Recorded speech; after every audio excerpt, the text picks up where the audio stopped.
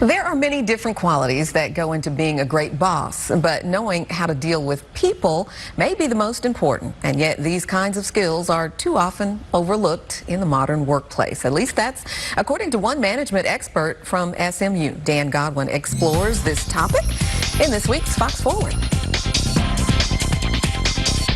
A term like business covers a huge array of subjects, from economics to marketing, finance, strategic planning, to name just a few. But what about the human aspect? Leading, motivating, inspiring a workforce, whether it's half a dozen or thousands.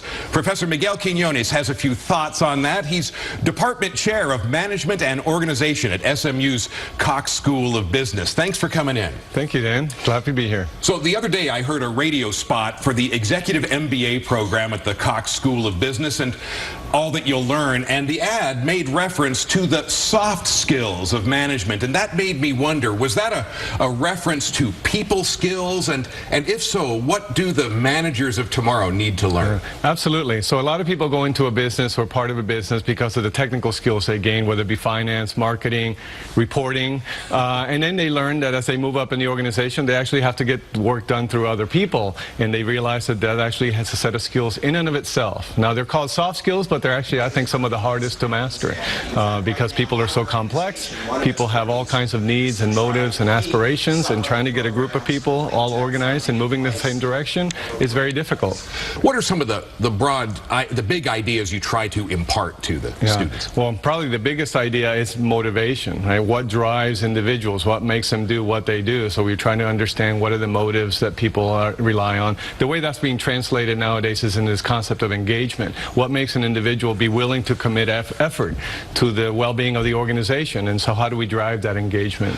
So what is the biggest mistake, as far as you're concerned, that bosses, that managers make when it comes to their workforce? I think the biggest mistake they make is when they get that title, I'm the boss, that they're just going to tell people what to do and they're just going to do it, right? They think that they now have authority and that people are going to be happy to do things, and they think that telling is really the way that you manage other people. They forget that people are complex, that people have lives outside of work, people have a history that they came with, and people have aspirations for things, and you have to really get to know what it is that they have.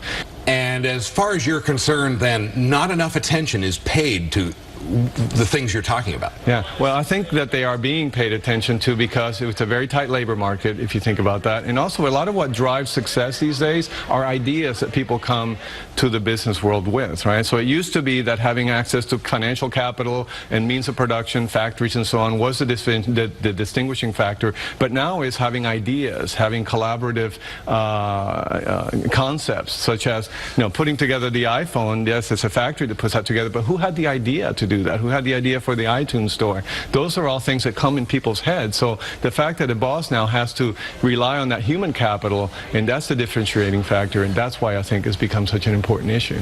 Professor Miguel Quiñones with SMU's Cox School of Business, thank you so much for the chat.